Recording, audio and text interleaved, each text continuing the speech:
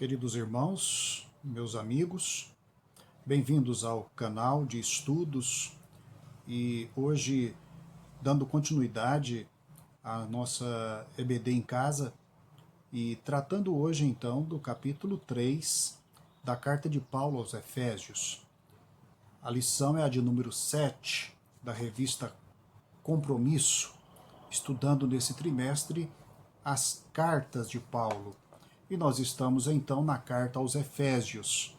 Já vimos capítulos 1, 2 e hoje veremos o capítulo 3. O lugar dos gentios na dispensação eterna.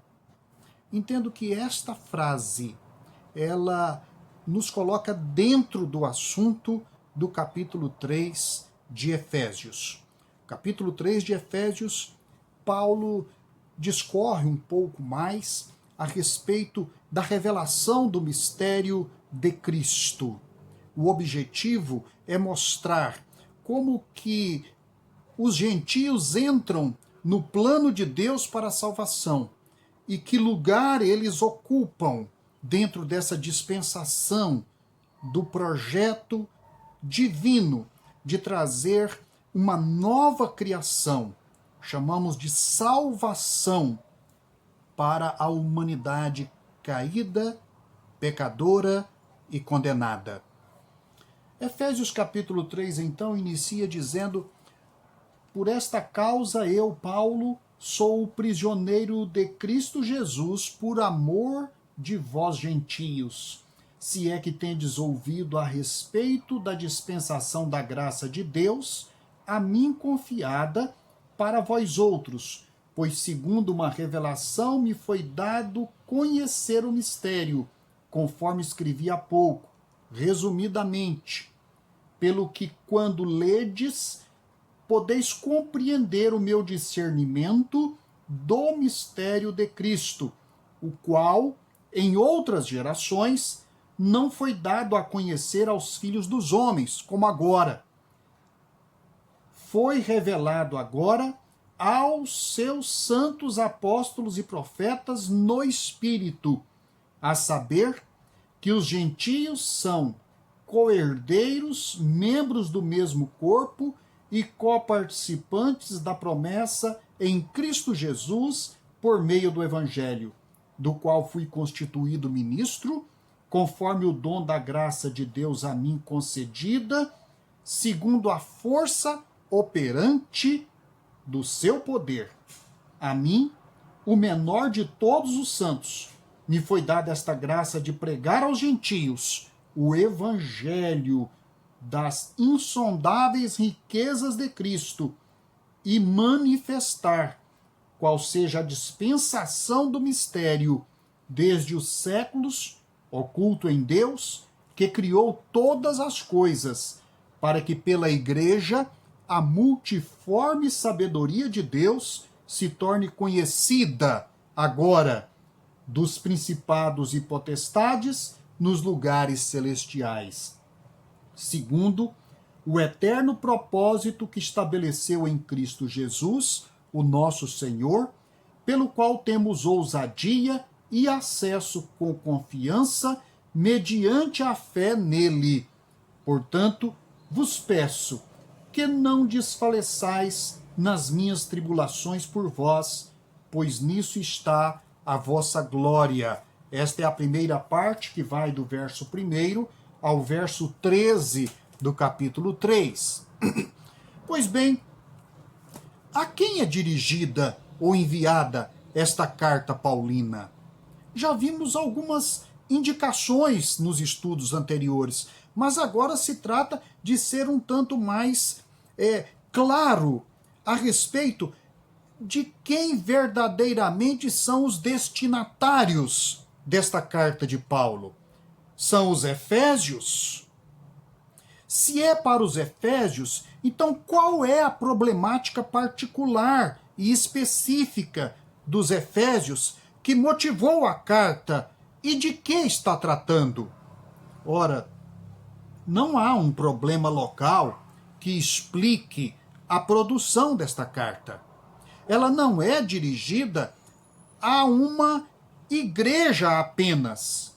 Logo, nós devemos buscar uma outra razão para esta carta. Vemos que o único vínculo específico, local, desta carta com Éfeso se reduz ao portador da carta, que se chama Tíquico, um amado irmão, fiel ministro do Senhor, conforme declara Paulo no capítulo 6, versículo 21. Mas nós temos uma indicação deste obreiro na segunda carta de Timóteo, no capítulo 4, versículo 12, quando Paulo se despede de Timóteo e diz: eu enviei Tíquico a Éfeso. Certamente, nesta ocasião, foi quando Paulo, preso por causa da pregação do evangelho, então escreve suas cartas da prisão. E esta é uma delas, carta denominada aos Efésios.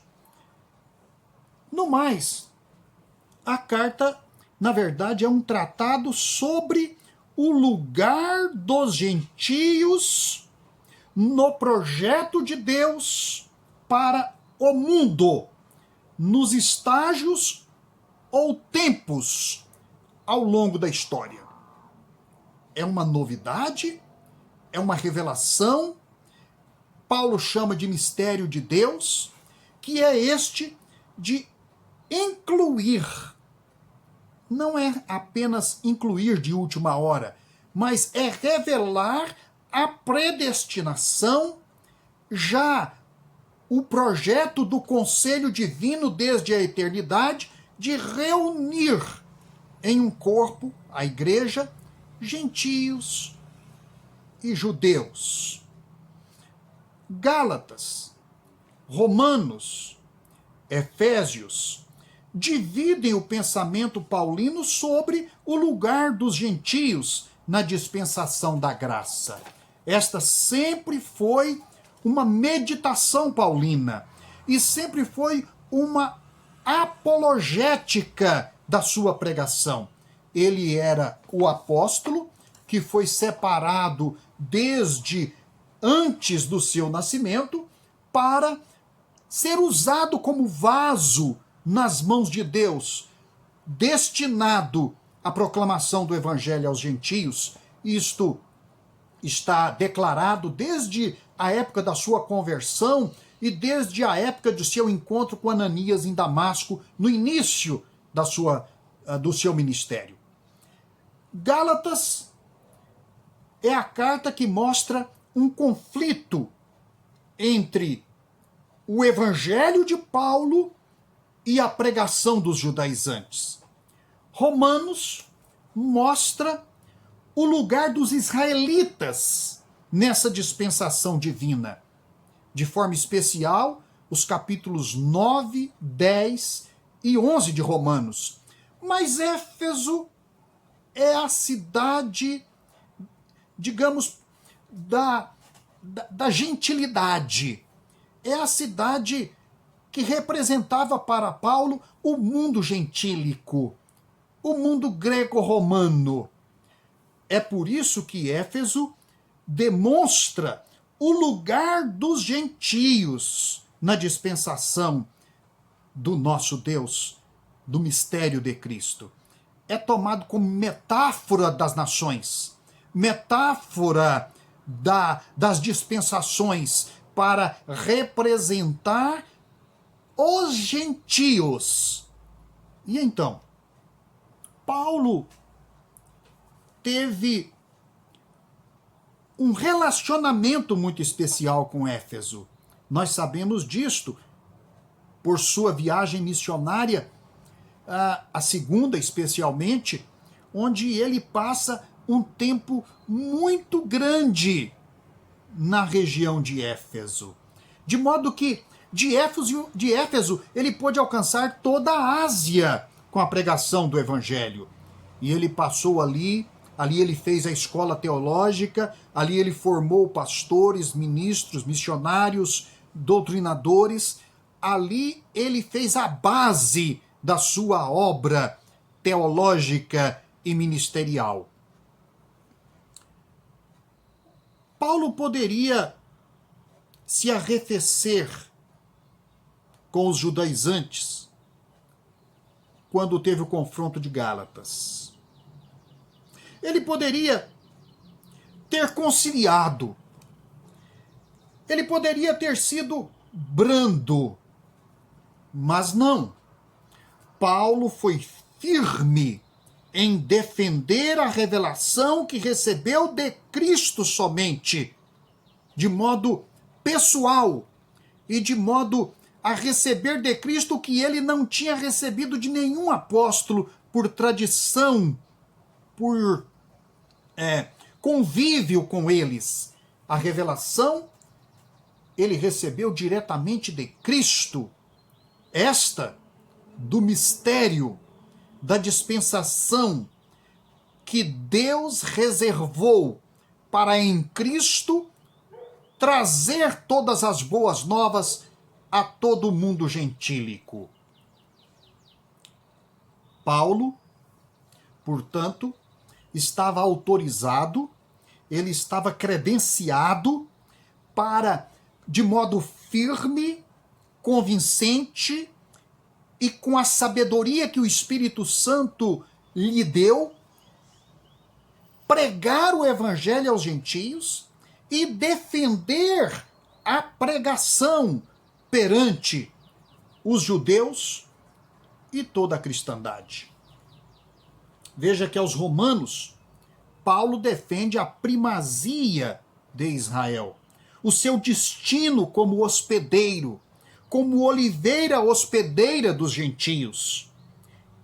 Agora em Éfeso, Paulo adianta um passo a mais na sua teologia para falar do pós-Israel, para falar a respeito da doutrina de uma igreja que vai além dos muros da nação israelita e da religião judaica, vai para além das sinagogas. A igreja, ela é uma novidade, e ela é uma novidade abrangente. Ela abrange o povo do pacto do Antigo Testamento e todos os povos da terra em sua globalidade. Portanto, esta dispensação é universal, ela é transracial, ela é o corpo que reúne Israel e gentios em uma unidade final. No capítulo 4, nós vamos ver como Paulo apela para a unidade. Eu, o prisioneiro no Senhor, rogo pelo quê? Para que haja unidade do Espírito no vínculo da paz. Há somente um corpo e um só Espírito, como também fostes chamados numa só esperança da vossa vocação. Há um só Senhor, uma só fé, um só batismo, um só Deus e Pai de todos, o qual é sobre todos, age por todos, por meio de todos e está em todos. Paulo está sendo aqui incisivo e direto. Ele está se referindo diretamente ao projeto de Deus que transcende os parâmetros do judaísmo, que transcende os odres velhos da religião judaica, para abranger todos numa nova realidade. Éfeso se torna, assim, a carta universal dos gentios, a carta circular para todos os gentios e não simplesmente para uma igreja local.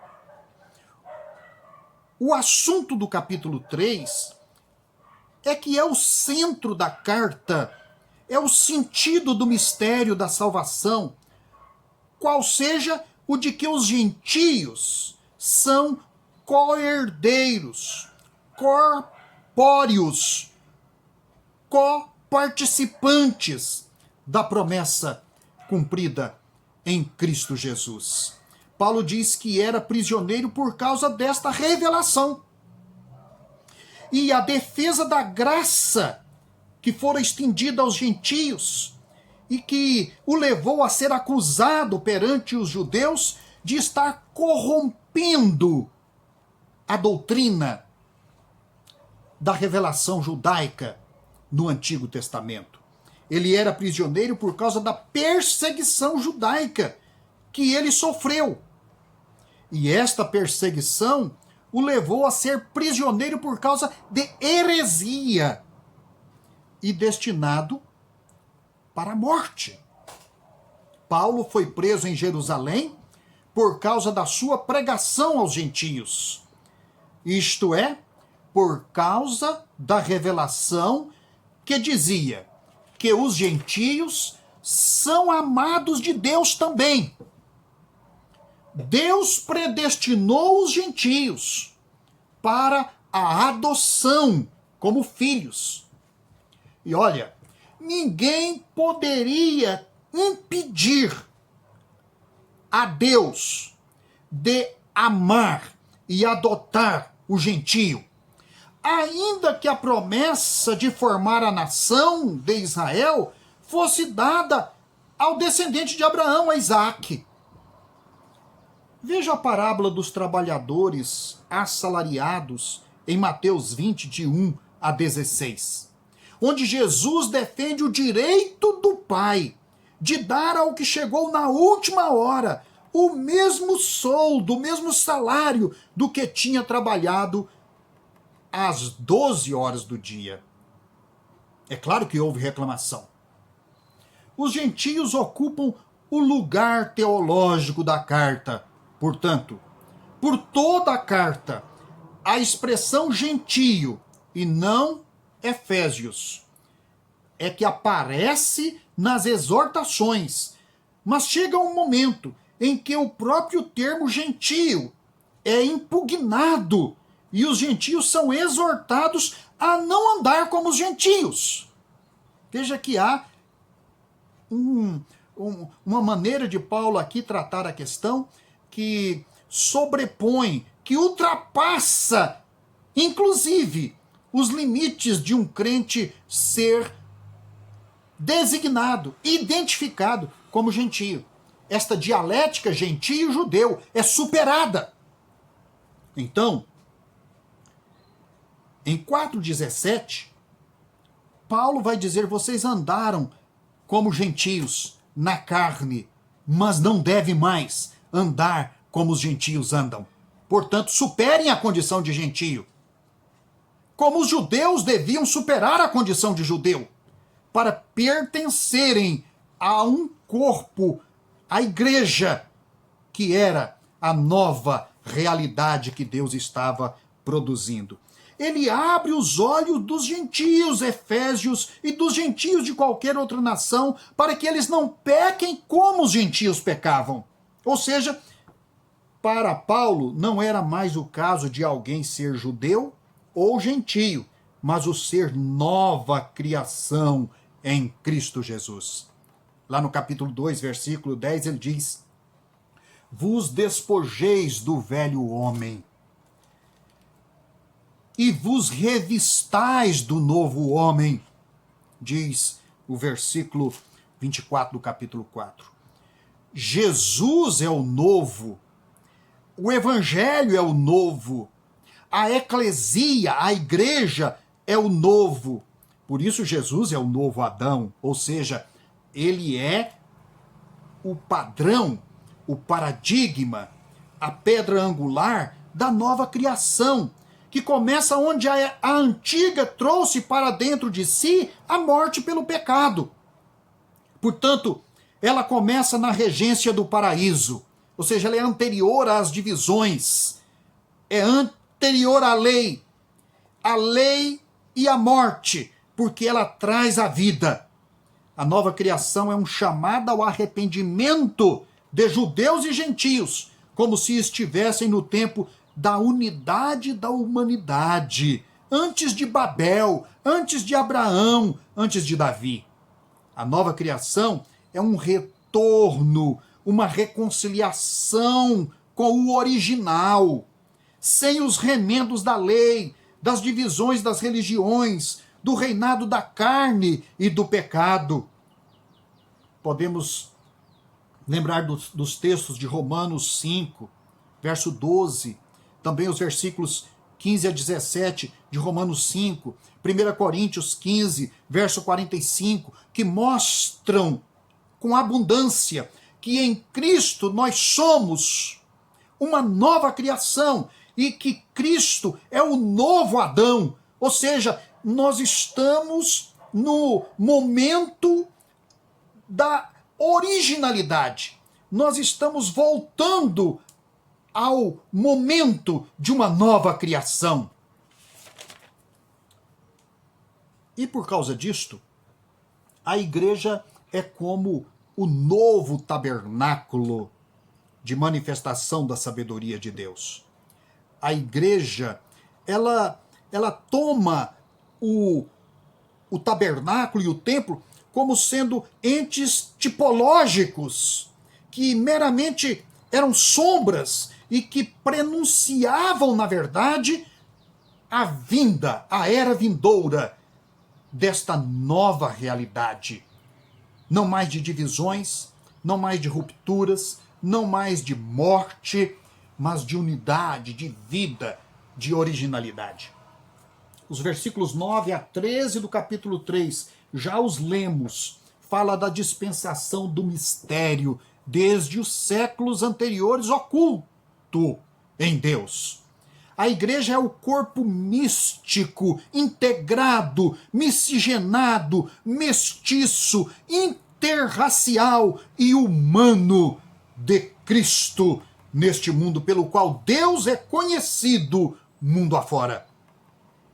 Versículo 10, para que pela igreja a multiforme sabedoria de Deus se torne conhecida agora, não só de nações e nações, mas até mesmo de principados e potestades das dimensões celestiais.